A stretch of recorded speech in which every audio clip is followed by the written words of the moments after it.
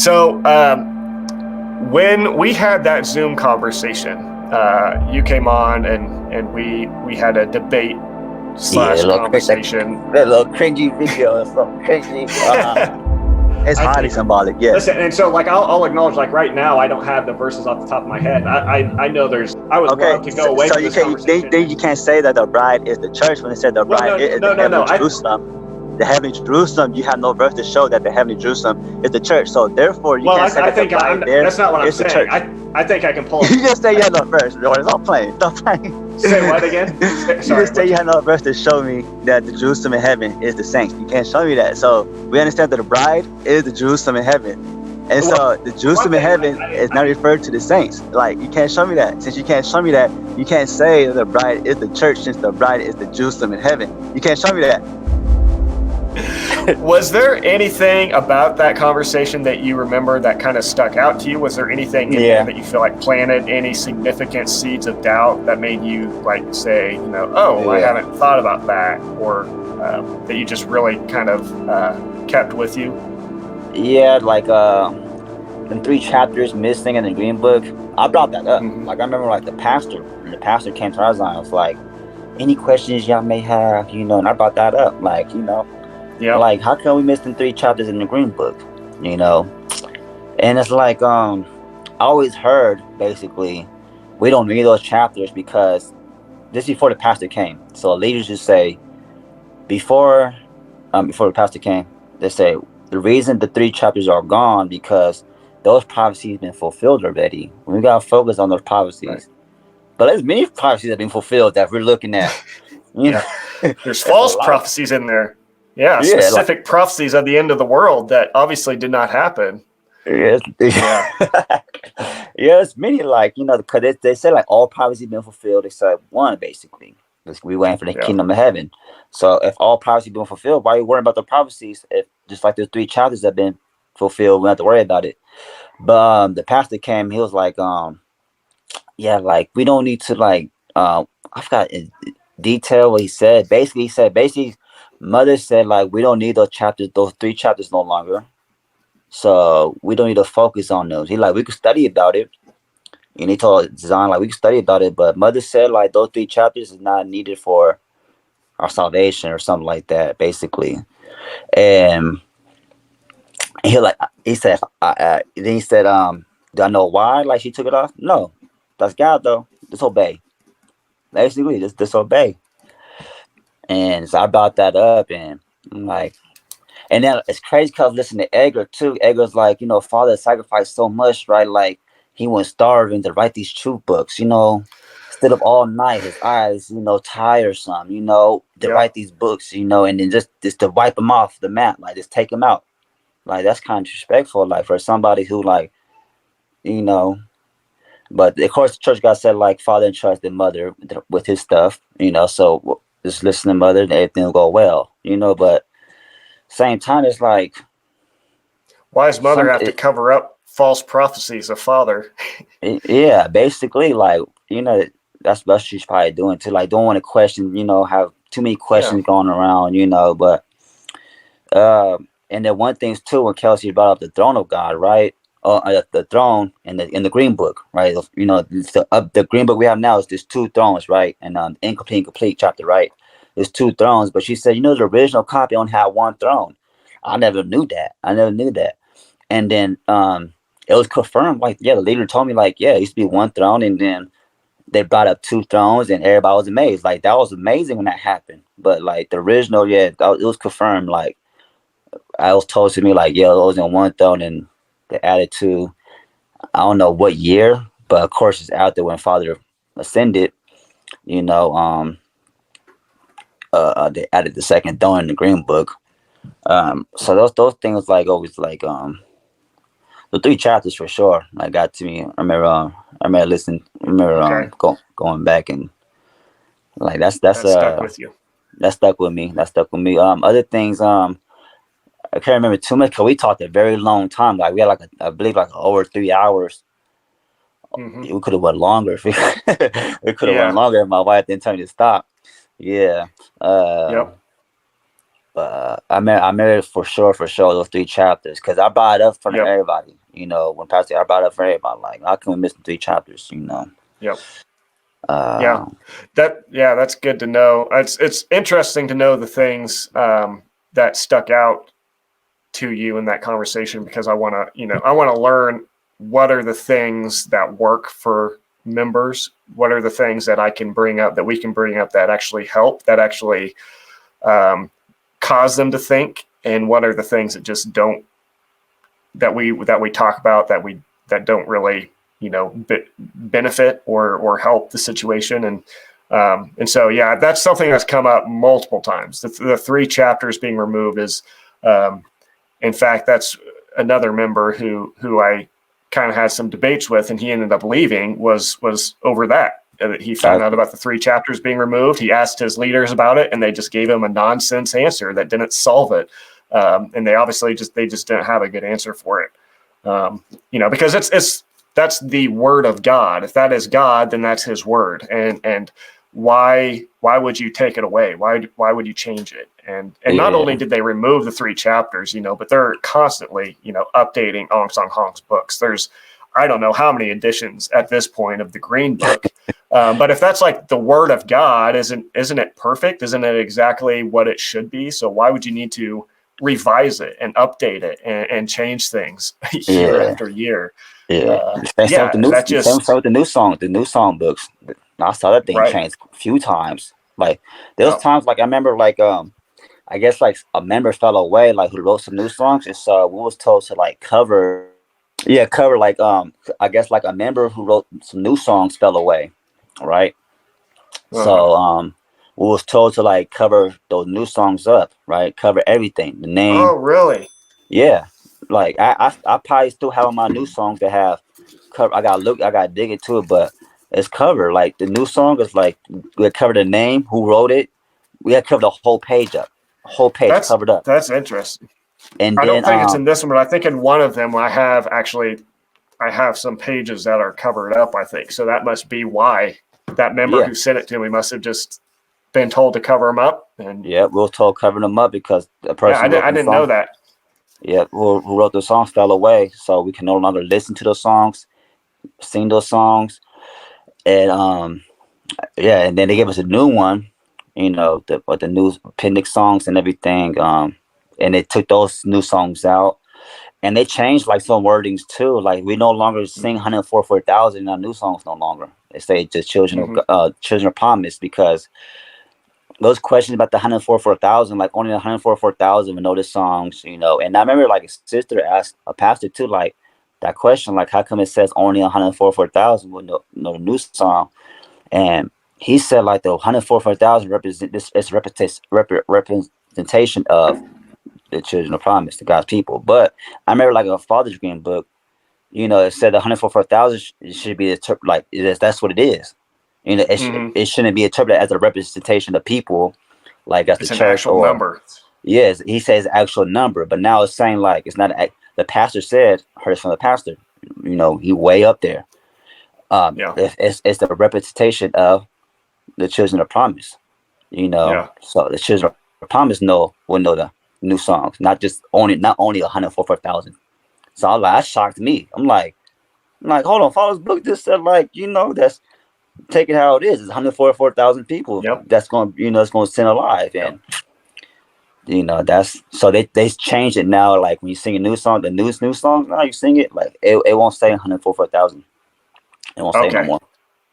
Yeah, well, that's why we say all the time on these videos that if you believe the WMSCOG, you can't believe Ong Song Hong. Like, you can't have them both, because they both are.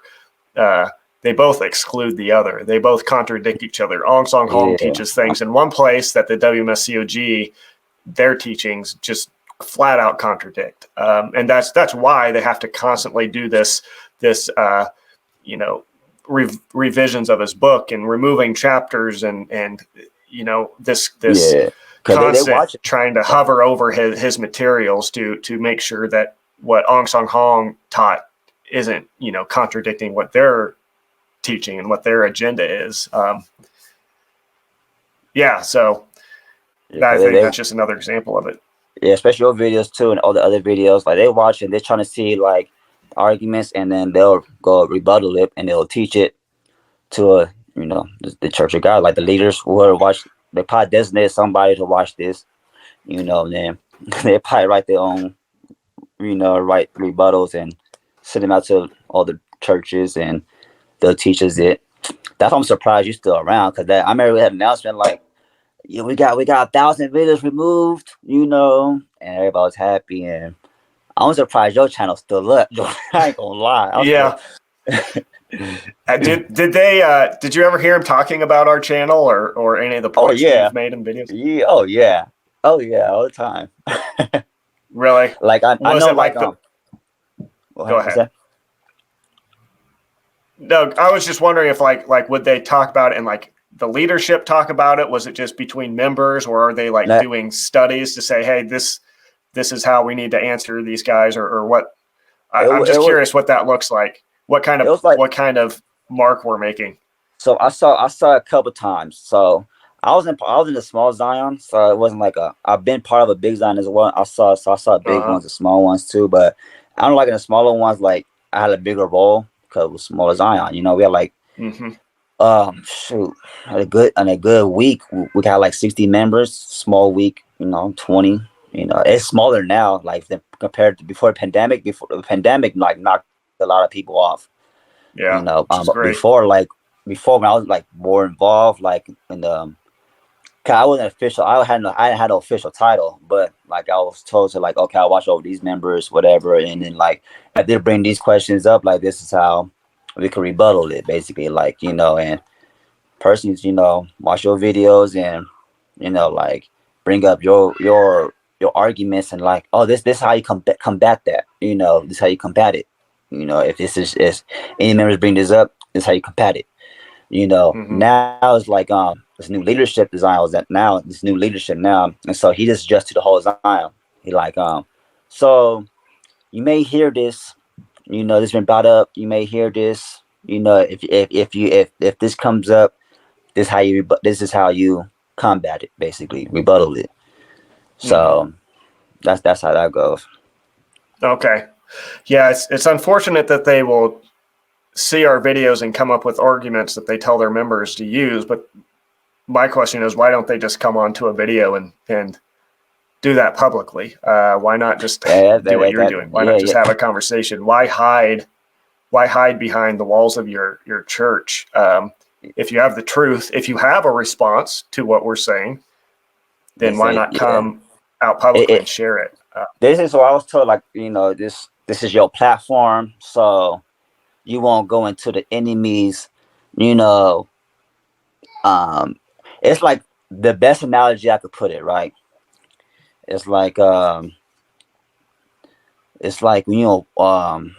see how the best. You're on war, right? You're on war. I was gonna say like in street war, but like say you're in war, right? You're a soldier, right? You want to go by yourself, to the enemy's territory. It's a setup. You're gonna be destroyed instantly, like so you just don't go into the enemy. You don't walk into the enemy's territory. You just don't do that. So that's what they say. That's why we don't preach into the Catholic Church. You don't go into other churches and try to combat with the pastors or whatever, because that's their territory. That's the enemy's territory. Why would you go into enemy's territory? It's not smart. It's strategically it's not smart. But it's strange because like you look into history, like councils, like if there was problem within the church, they'll bring it up with each other. Like it's problem, they'll bring it up. Like no, they have debate. That's why y'all councils. They'll debate about the situations. Like when Arianism came around, when people worry about Arianism, the church like, hold on, no, we're not agreeing upon that, but like no, we're agreeing upon that, and they'll agree like no, this is what it is. And then some people get excommunicated, but some don't. For example, say like like the Orthodox Church, the Orthodox Church and the Catholic Church, like when the church split, they didn't like they were still at one point they were still communing with each other, like they were still together as one church, even though I'm an Orthodox, you're a Catholic, or I'm Coptic, or I'm from the Eastern Church or Eastern Ethiopian Church, you know, they'll still commune, you know, unless it got too hectic with it, they'll excommunicate for sure, you know. But those like debates, like even in history, they'll open debates, you know, if Right. and then Exactly. the church will come together, you know, and they say, no, this is, you know, the body will come together like this is what it is, you know, and then Yeah. if you don't agree upon it, you know, according to scripture, then it is what it is. But Yep. Yeah. Even, you know, even Mormons and Catholics and Muslims will go onto public platforms and have dialogues and debates with Christians and differing perspectives. And so I just feel like when the WMSCOG does not do that, and they seem to kind of just hide and remain in their own like echo chambers, it just shows that they, to me, it just says very clearly that they don't have the confidence in their own doctrines to withstand like public scrutiny, or to defend it in a public platform where they're going to be challenged on it. And so they hide and stay in their own walls where they're not going to be challenged on anything, and they just tell their members what they want them to believe, and then they tell their members not to go on the internet, not to research, not to listen to anybody else, just listen to us, which is just ridiculous. yeah, because you have no knowledge of things. Like, what? Just look at, like, if you have no knowledge of things, you're trusting this person, you know, who got their information from somebody else, who probably got their information from somebody else. You know, the information being passed down, but like, you Yeah. know, internet is resourceful. It's resourceful. You know, it's a lot of things on it, and then it's a lot of views, and so you could look at one point of view and this other point of view, and it's like that makes sense. That makes sense. You know, but then you just dive deep and it's Yep. like, whatever connection, like, you know, you can make a discernment like, okay, you like that could be right. I'm not saying you're wrong, you know, but Yep. I'm more towards this way. I'm more towards this way, but I'm not saying that you're completely wrong. Cause it could be your way. It could, but I'm more this way though than your way. I'm not saying you're Mm-hmm. wrong, you know, because who am I to say who's right or wrong? You know, that's where I stand. You know, of course, you know, you got other people like that's just completely wrong.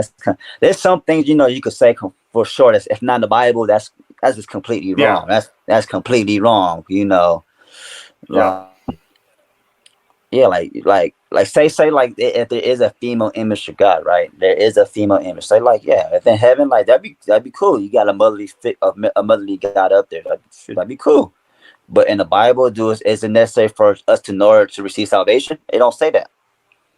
Nah, Yeah. it don't. It don't say like Yeah. we have to go to a mother, you know, to receive salvation. Like, you know, but Mm-hmm. if there's a mother in heaven, all right, that'd be cool. That'd be cool. You know, it's Yeah. like it's Right. a motherly figure there. You know, but is she necessary for our salvation on this earth right now? No. And they could Yep. argue like, okay, the spirit and the bride say, "Come, receive water of life." You know, and I brought this up to you. I remember we talked. You know, the bride say Jerusalem, but Jerusalem, it could be the church. They go to Hebrews 12, 22, 24. It say you have come to it say you have come to Zion, right? That heavenly Jerusalem, to the church, right? So it compares Zion, it compares to the heavenly Jerusalem as the church. So, all right, like, Yeah. it necessarily don't say to receive salvation from like Yep. bold, you know, because it's crazy because like it making confusion. God is not a God of confusion. God is a God of order. You know, he don't want us to be confused and all the stuff. Mm-hmm. Like there's some parables, yes, but secrets, yeah, but like in order for us, but God plainly tells us in order, like in the way to receive salvation. You know, the other things like it's not really necessary. That's how I feel, you know. I said this Mm-hmm. again. This is how I feel. It's not necessary, you know. In the parables, like it's not necessarily for for seeing salvation. You know, God let us know. This, you know, He set the tools for us to receive salvation. It's an order. You know, guys got an order, not a confusion. He not have our mind wandering everywhere. It's like, oh, I Right. don't know, I Yeah. don't know. Like it's God's word should never be that hard, you know, and that Yeah. confusing. You know, I mean, Yep. yeah. Yeah. Yeah. If our salvation and our eternal destinies, if the determining factor of whether we're going to end up in a lake of fire for eternity or not is dependent on whether we believe in a mother God, then the Bible certainly is a incredibly misleading and confusing book that does not clearly express that. And so if God is not a God of confusion, he sure didn't do a good job of not being confusing when salvation is dependent on believing in Mother God, because that you can't find that. You can't have an honest, intelligent examination of Scripture and come away saying, oh yeah, that obviously teaches that, the only way to get saved is by believing in a Mother God. Stick somebody on a deserted island, give them the Bible, and tell them to determine what God requires from somebody for salvation. And they might come up with a variety of things. I'll grant that. But I would stake everything I own on it, that they would not come away with the doctrine of a Mother God. Things are open for some things are open for interpretation, right? Things are open. Yes, but definitely. The order to receive salvation is there, though. God set an order, right, for us to receive salvation, right? Just believe in the Savior who came, sacrificed himself on the cross, right? He came and died for our sins, right? And he lay our burden upon him. This fathers believe in him. Of course, live like him. Just live like him, live Christ-like, right? Now for the apostles set examples too. The disciples set examples too. You see the early church, the martyrs, who firmly believed in Christ, who didn't worry about the laws like that. They firmly believed in Christ, but they was willing to die. That's my thing too. Like these martyrs, right, who died for the faith, like some of them kept Sunday service, just because they kept Sunday service, like they're not going to heaven. It's like, they died for the faith. That should be a ticket to heaven. If you die, you die. And then it's crazy too, cause it's like they said, like they gonna like the 144,000 in the Church of God, right? These martyrs, right, who died for the faith, these apostles, right, disciples, they're gonna serve us. They're gonna serve the 144,000, like, right? That is crazy. Like these people die for the faith, like, and they're gonna serve us, like, who live in a time where we're not really in the situation to. There's some countries that probably have to die for the faith, but like we're not really in that predicament like we was, like the early church was, and it's like they wasn't legalistic with things, and they had firm, strong faith. That's one that always crazy too, because they always said like Martin Luther, he's in heaven. Martin Luther, oh, he's in heaven. Like Father say, he's in heaven. He had faith, right? But he didn't keep none of the laws and all that. And it's crazy because I found this out about Martin Luther. Like Martin Luther actually wanted to take some books away from the Bible. He wanted to take scriptures away from the Bible. But y'all hold Martin Luther as a James for one example. Yeah, James, Hebrew as well, because he said faith alone, right? Because he wanted faith alone. But Hebrew and James, like, no, you need more than this faith. You got to. That's interesting. I think you brought that up a couple times. That's something I'm kind of learning in this conversation, that they have sort of a positive view of Martin Luther, but like the gospel that Martin Luther stood for and argued for passionately, like the whole core of that belief that he held to that was so controversial was his emphasis on faith alone, salvation by faith alone, justification by faith alone. And even to the extent that he wanted to remove books like James, where it says faith without works is dead. Like he had a hard time seeing how that jived with what he understood the gospel to be, which again is a faith alone gospel. And so, Martin Luther clearly contradicts and disagrees with the core of the gospel that the WMSCOG preaches and believes in. And so it's strange to me that they have a positive view of him. Positive. He's in heaven right now. Yeah. And don't know how he got there under their system. Under this system, then do I believe he's in heaven? Yeah. He was a good, to my knowledge, my knowledge, good man. He's in heaven. Blessed man. I don't know too much this whole, but the way he moved, his faith, according to his faith, I believe. Yeah, certain that man's in heaven. Yeah.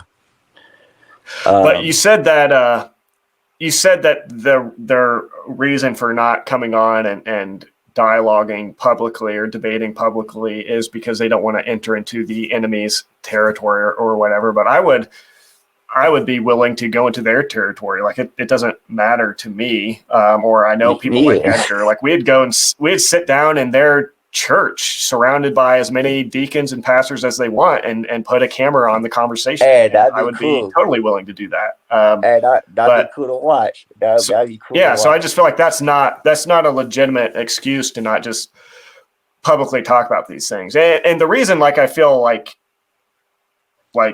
passionate about doing that is because something you were kind of touching on earlier, that people have the right to be able to hear both sides presented. And when they bring people in to their church, people who don't have a great knowledge of the Bible to begin with, oftentimes are in transitional periods in their lives, like transitioning from home life to college, just in situations where they're more vulnerable to manipulation. And they bring these kind of people into their church and they start teaching them their doctrines. And then on top of that, adding this fear and guilt around going to the internet and researching and saying, don't go online because any other opinion but ours is evil and influenced by Satan. Like, that's just not fair. That's not right. And people deserve, like, if you're so confident you have the truth, then just let somebody who disagrees sit down. And if they're willing to have a respectful conversation, why wouldn't they do that? And so, I just feel like the church been doing that. Church got claimed that the early church, that the church that the Apostle Peter went to, Apostle Paul went to, like, we're the church. Zion is the church that the disciples attended. But you see, 2,000 years ago, you see, like, they was open for any type of debates. They was open for that. 2,000 past, they was open for bring it in, because So Acts 18:28, it says that he vigorously, referring to Apollos, he vigorously refuted his Jewish opponents in public debate, proving from the scriptures that Jesus was the Messiah. And so, this is something that the early church did, like you said. And so there's no excuse for the WMSCOG not being willing to do that. One question I'd like to hear about is the WMSCOG will tell its members, if you leave their church, your life is going to be ruined. You're going to be under the wrath of God. It's going to be worse. It's going to be worse. Worse, yeah. Like your life is not going to go well because you're leaving, quote unquote, the truth. So for you and your wife who have left the church, do you feel like your lives have just kind of gone downhill? Have things gotten terrible for you guys since leaving? It ain't get terrible, but you're gonna go through hardship, trials, tribulations regardless. And the truth outside, right? In the truth outside of Zion, it's gonna be hard regardless. What makes it hard is like that mental, like leaving the church. I feel sorry for the people who are by themselves, who have no support, because I understand, like, being inside the church, like, for years, dedicate your life, and then no longer feeling that no more, and then you leave, you have no support system. Now, I understand that may be difficult. We should pray for them, for sure. My wife, like I said, we was together before the church. We're gonna be together after the church. And of course, our marriage ain't perfect, but it's just life, like, it's something you work on every day. Like, your life is gonna be hard regardless. You work on it every day. You got good days, bad days, but the church do say it's gonna be way worse. It's like a dog, a dog returned to his vomit. Returning to his vomit, yeah. A pig going back to the mud, right? Wallowing in the mud. Yeah. It's like, it's far worse, that's what it's saying. And I heard leaders, sharing things that happened to people who fell away, like some type of scare tactic stuff, like, this happened to this person who fell away, do that, like, I don't want to know that. I should pray for him. But it's case. But you're doing okay. Oh, y'all fantastic. Shoot, me and my wife, we gonna we read the Bible together. We bring up things we saw, study, research, because I like to do a lot of history. I love history, like the early martyrs, like Perpetua. Like I love hearing her stories. Like the first lady martyred. Like how the church went from, like 325 AD, how they had a council, and then in the 400s, these people separated, started their own church. They had the Coptic church, and then you see like in the 800s, you see like this other church came, and then was it like a thousand, oh, in 1000 AD. That's when the great split happened. Then that's when the Catholic Church came.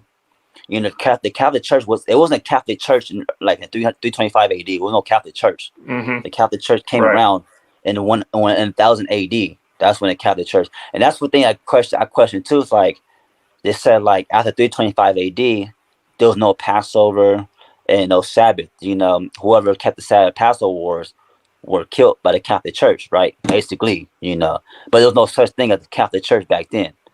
The Catholic Church didn't come around until 1000 AD, and then the Inquisition didn't come around until 1200 AD. So it's like there's still people keeping the Passover and keeping the Sabbath even after 325 AD. This Constantine just made it a law, like at a time. And then Rome split. It was a Western Rome, Eastern Rome, and then they had two empires at one point. And then the Byzantine Empire. I love history. I don't know. I love digging into the history stuff. Mm-hmm. But point is, like, they said that Passover was abolished through 25 AD, but no. Like, you see, even after, the Passover was still being kept after, and then, like, even all the way to the 800 AD. You can look that up in Britannica. So they wasn't killed off or destroyed or nothing. The church, they still, like, commune together, but this church did its own thing, and this church did its own thing, but this still was the body of Christ until that great split when they officially excommunicated, discommunicated the Catholic Church excommunicated the Orthodox Church in 1000 AD. That's what happened. But before that, it was all good. People still allowed to keep the Sabbath and still keep Passover even after 325 AD.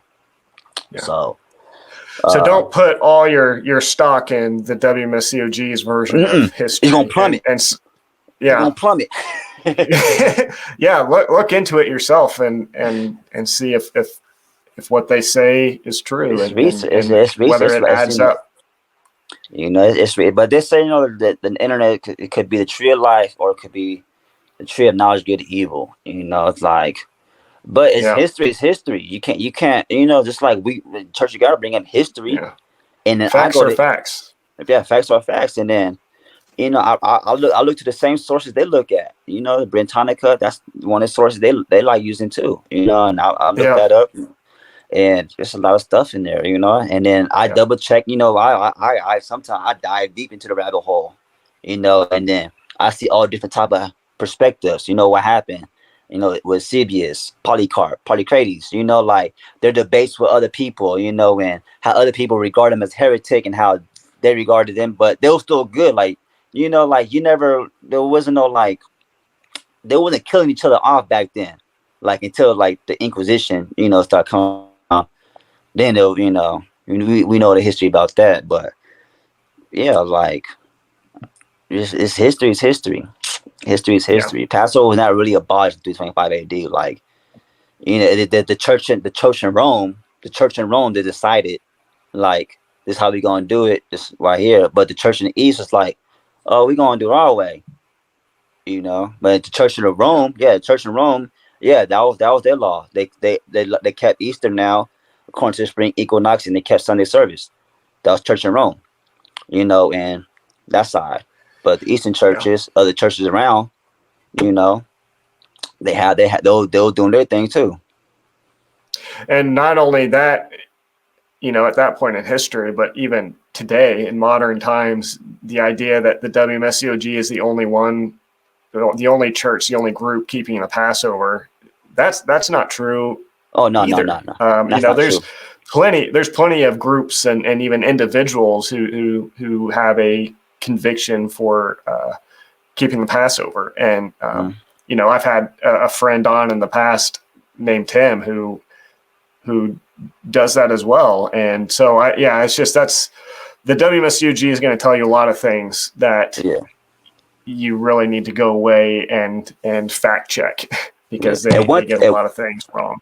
And one thing too about the Passover too, I'll talk to my wife because I want to do family Passover, you know, at home, you know, not necessarily for salvation, just, you know, just some of the disciples did, but I want to keep a Passover meal, like the whole, like a big old, because I think the Jewish people still do, they have like a Passover meal, like what the disciples did. And so it's crazy, like we follow the example of Christ, but when it comes to the Passover meal, we just focus on bread and wine. That's it.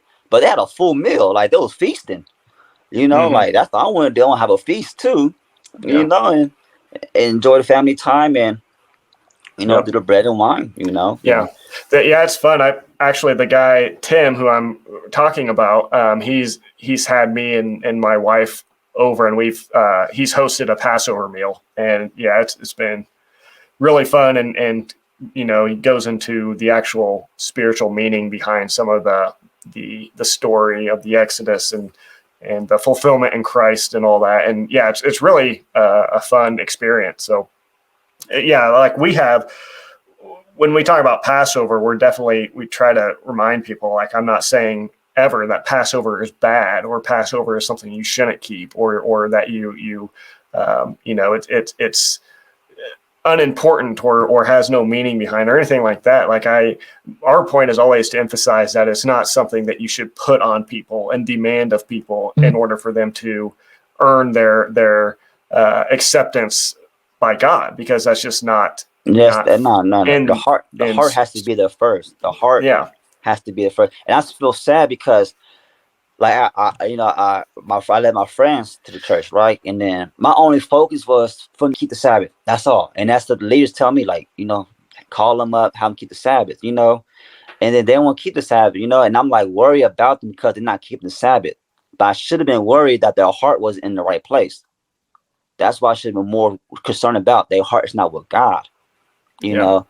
And I'm just focused on, they're finna break the Sabbath. They're finna break the Sabbath law. Like, oh my goodness. But like, I'm not focusing on their heart towards God. Like, their heart has to be the first. And if your heart's there, then you have no problem like expressing your faith. Like, okay, like I keep the Sabbath because this reason, you know, or I express my faith by doing this for this reason, that reason, you know. But your heart has to be there first. Mandatory. Your heart has to be there first. Because your heart not there, then shoot. Yeah. And so I just changed. Like, that's crazy. Like, I was more concerned on my friends keeping the Sabbath than me being concerned what was going on inside. If their heart is really with God, you know, that's what I should be pressing on them first. Like, you know, God loves you. Christ died for you. You know, God, you know, don't just any day out the week, you know, to make sure that their faith is there first before trying to put a law on them, you know. And it's kind of like that verse in First or Second Samuel where it talks about how man looks at the outward appearance, but God looks at the heart. And I think that's actually in reference to when David was anointed king, maybe, and he was the youngest and like physically weakest in the family, and the one who you would least likely expect to be chosen by God to be king. But it just talks about how God's focus is not on the outward appearance or the physical aspect of it all, but on what's going on in the inside. And that's something over and over. I know I'm harping a lot on the WMSCOG. I guess that's kind of in many ways the point of what I'm doing. But they so de-emphasize that. They exalt like these lesser important things, and they focus in on like physical behaviors and physical performance and observance of ordinances and rules and regulations, and they de-emphasize the actual condition of the heart. And it becomes not about like your relationship with God actually changing you on the inside. It's all about whether or not you're just adhering outwardly to rules. And it just seems pointless to me. Like, what is that really accomplishing? If you can get anybody to be a robot, not anybody, but you can, it's not a great accomplishment to get somebody to be a robot and to just perform and to follow a bunch of rules because they've been told to do so. Like, is God really impressed by that? Something that I think is impressive, though, is if there's actually an inward change of the heart where somebody goes from, being one type of person to, a loving, compassionate person, and somebody who, like you're sharing, who sees the homeless on the street and takes time out of his day and money out of his pocket to give that guy a cheeseburger. I think that's what God is much more concerned. I can guarantee you, if the God of the Bible is real and the God of the Bible is who he says he is, and Jesus, his teachings are true, then I can guarantee you that God is much more impressed and pleased by you doing that than he is with a bunch of people filling pews on Sabbath day in their suits and staying in the building all day because they've been told to, and they're afraid that if they don't do that enough and don't do that, they're going to go to hell. Like that, I guarantee you God's not impressed by that. So yeah, they focus so much on just outward and don't focus on what I think really matters, which is what's going on inside of a person. I think that's a great point that you're making. Mm-hmm. So, what would you say, like if you were to give like 2 to 3 reasons, just quick reasons, if somebody said, hey, I think the WMSCOG is the truth, and I think I'm going to join because I think they're the truth of God, what would you have like 2 or 3 things that you could say, hey, no, here's a couple of reasons why you should know this group is not true. This group is a cult, or however you would define them. I'll bring up Egger, man. I'm like, watch that Egger video for sure. Yeah. No, but like off the back though, like if I was like really talking to somebody and like do the scriptures and everything, man, it's a few. I put you on the spot. If they firstly like hear about it, like they first hear about it, like I'm finna join, and then I have to be there to tell them like, nah, don't do that. Let's see, what I'll bring up. Let's see. I just let them know about history. Like, man, just know your history. Like what they're saying, the history, it's like it's not really 100%. I like Passover was not really abolished in 325 AD. It wasn't abolished. Like I could show you that right now. It's like really, it wasn't abolished in 325 AD. We see this, they continue to keep it and all that. So because people bring that up, like, oh, Passover was abolished, Christ unto going about it back, but like, it wasn't abolished 325 AD. And then like the whole and Daniel 1,200 and was it 98 days, not years or whatever. Like is that man? I stopped studying the prophecies like that, but like those things don't add up too, because like it just I didn't let them know about the history. I let them know about history. It's like that's not what happened. You see, other churches was around. Catholic Church, they come around to especially the Daniel Revelation and all that. Like the Catholic Church, they come around to 1000 AD. Persecution didn't come around till after that. And yeah, I'll get straight to history. Show them history facts. That's how I show them. And then biblical facts, like biblically, they show examples like of like let's see. I'll tell them about the bride for sure off the back. Like the bride, no, don't let them confuse you. That's mother. Like the bride that's anything could be opened up for interpretation. Like a Sham bride. It could be it's Jerusalem. Like a Sham Jerusalem is. It could be referred to the church. Hebrews 12, 24, 22, 24. Really look into that. You have come to the church, the heavenly Jerusalem, the church, 1,000 upon 1,000 angels. It refers to Jerusalem as the church. Because they say there ain't one verse in the Bible. They say that there ain't one verse in the Bible that shows the bride could be the church. Hey, Hebrews 12, it shows it right there. You come to Zion, to the heavenly Jerusalem, to the church. Yeah. So I can show them right there. Like, And with that, you could point him to Ong Song Hong's own writings, his own book, where he specifically says that the heavenly Jerusalem, the bride of Christ, is the saints. You know, that's a direct a quote. I'm paraphrasing, of course, but he very clearly says the bride or the wife is the saints, and so that's Ong Song Hong. You know, and so it's you know, even if they were correct that you can't find one verse that Jerusalem or the bride is the church. Well, Ong Song Hong says it. So, so which one are you going to believe? Are you going to believe the WMSCOG or Ong Song Hong? That's kind of what it comes down to. Yeah. So this is along the same lines, I guess, but is there anything you'd want to say to people still in the group? To members, whether members that you know that are friends or just, you know, the thousands of members out there who are in. Just don't limit yourself. Don't limit yourself in your knowledge and expanding your own knowledge. And just believing everything you say, you know. That takes a lot of trust to believe, you know, everything that's you just met.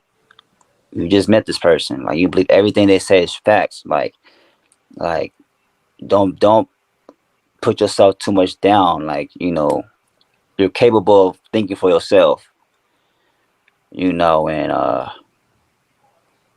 this you don't limit yourself. Just don't limit yourself. You're not stupid, you know.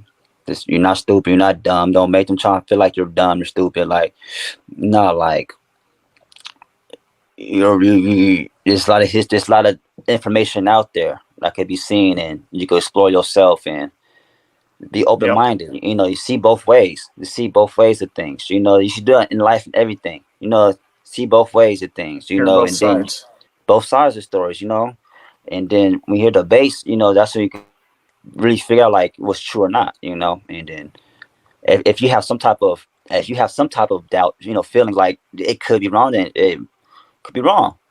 You know, ain't nothing wrong with it. You know, you know, make yourself convinced. Like, if you're 100% in the church, though, like I can't say nothing to you. It's like, because you have yourself like, even if she's not God, she's my God. I can't say nothing to you. But like, you know, people who have that feeling like in the back of the head, like don't let that voice in your head just go away. Like, listen to that voice. You know, it's a small, faint voice, but really open your ear and hear it. It gets to start getting louder and louder, and then your eyes will understand and see.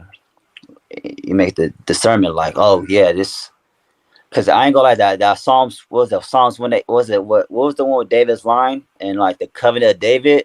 I never like saw that. Like, that was so deep. Oh my goodness! Like, Edgar broke that down, like the covenant with David, his love, his line. Oh my goodness, I'm still blown away with that. I'm still blown away. Like, I'll for sure bring up Edgar first, because I'll tell, like, hey, watch this video real quick. for sure. Like, watch that video real quick. RJ, I really appreciate you coming on, and it's just really fun, especially when you're a person who's been in videos in the past, and people are able to go back on the channel and see, you know, the other side, see you while you were in, and listen to you and know that you are a real member, and the things that you're saying now are coming from you actually taking a second look at all this and analyzing it and weighing the different options. Just really appreciate you coming on and being willing to speak out. And are there any final things, anything else you want to say, anything else you'd like to share before we close out? No, thank you again, Jordan, for having me on this platform again, man. It's the second time on this thing. You know, it's always a pleasure talking to you, man. You know, I never had no ill feeling about you. Even debating with you, and then after talking, you know, it was cool. You know, I appreciate everything. I would love to get in contact with Edgar, though, for sure. Yep. Edgar, watching this, man. You know, I bet he'll watch it. So yeah, for sure. You know, whatever, you send the links, whatever, the emails or phone numbers, whatever, you know. You know what? I'll text him right now as we're on the video. I'll text Edgar. Eager Egger. Yeah. Eager Egger. Eager Egger. That's awesome. That can be his new nickname. And yeah, and we'll put links to like all we've referenced a handful of videos, but especially the Egger's video about Melchizedek and the David prophecy, and also I'll put a link to the Zoom conversation where you came on about 2 years ago and were debating with us. We'll put a link to that too, so people can listen. Cringy. I think it was a good conversation. So it was cool. It was a little cringy. You see a little, it wasn't really me. I'm just robotic at that time. It was your cult identity that was taking charge there. Yeah. Well, you're out now, and that's awesome, and I'm sure that you just being willing to share in this video is going to help people, and it's going to help other people get out. So yeah, really appreciate that. I appreciate everything too, Jordan, man. I appreciate everything too, man. Everything I hope you continue to expand, and this platform is getting bigger than what it is.